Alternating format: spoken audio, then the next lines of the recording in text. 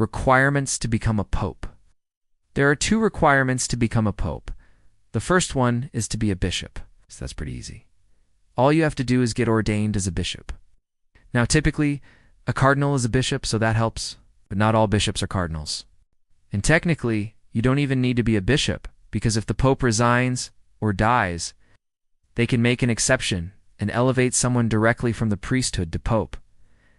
The second requirement is that you need to be under the age of 80. That's in the Vatican. Can't be over the age of 80. When they elect a pope, it's for life. So they want to make sure that you know you've got at least a few years left in you. There are some exceptions. So those are the requirements. Now, how do you actually become pope?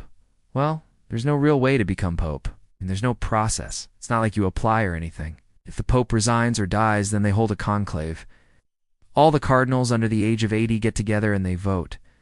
And they keep voting until one of them gets 2/3 of the votes, and that guy becomes pope.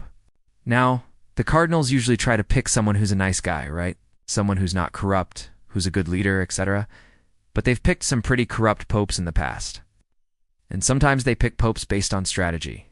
For example, in 2013, when Benedict XVI resigned, they chose Jorge Mario Bergoglio.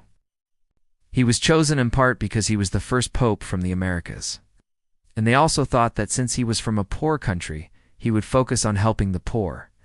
And some people say that to be pope, you have to be Italian. That's not true. You don't have to be Italian. It's just that most popes are Italian because most of the cardinals are Italian. Not most, but a lot of the cardinals are Italian, which is why most popes are Italian.